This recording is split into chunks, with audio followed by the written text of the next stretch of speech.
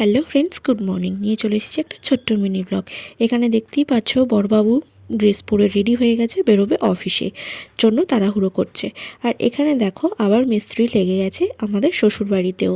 কারণ কি, বাড়িতে হচ্ছে কিছু কাজ, তো সেই কারণেই মিস্ত্রি লাগানো। এখানে দেখো সিমেন্ট বালি আর চারিদিকে ধুলো ধুলো বালিতে মানে ভর্তি হয়ে গেছে। আর বড়বাবু আমাকে বলছে আমি অফিসে যাচ্ছি, সেখানেও সিমেন্ট বালি, বাড়িতেও সিমেন্ট বালি, আর যেন ভালো লাগে না। যাই হোক, ওরকম বলতে বলতে বেরিয়ে গেল। ফাইনালি আমি এখানে এবারে করব ব্রেকফাস্ট। সকালের দিকটা তাড়াহুড়ো তো থাকেই, তার সঙ্গে চলো তোমাদের সঙ্গে শেয়ার করে নিই দুপুরের লাঞ্চে কী রান্না হয়েছে। যেহেতু লাঞ্চটা সকাল সকাল রেডি হয়ে যায়, কারণ সবাই বেরোয়। তো এখানে ভাত হয়েছে, আলু ভাজা, বেগুন ভাজা, আর হয়েছে আমার ভীষণ প্রিয় একটা ডিশ, সেটা হচ্ছে এখানে পালং শাকের ডালনা। আজকে যেহেতু বৃহস্পতিবার, তাই লাঞ্চটা হয়েছে আজকে নিরামিষ আর সিম্পল। তারপরে আমি ব্রেকফাস্ট করে নিলাম। ব্রেকফাস্টে ছিল মুড়ি আলুর তরকারি। তো এই ছিল সকালের খাবার। তো আমি ব্রেকফাস্টটা সেরে ফেলি। তো দেখা হচ্ছে অন্য একটা ভিডিওতে। ভিডিওটা ভালো লাগলে একটা লাইক করে দেবেন।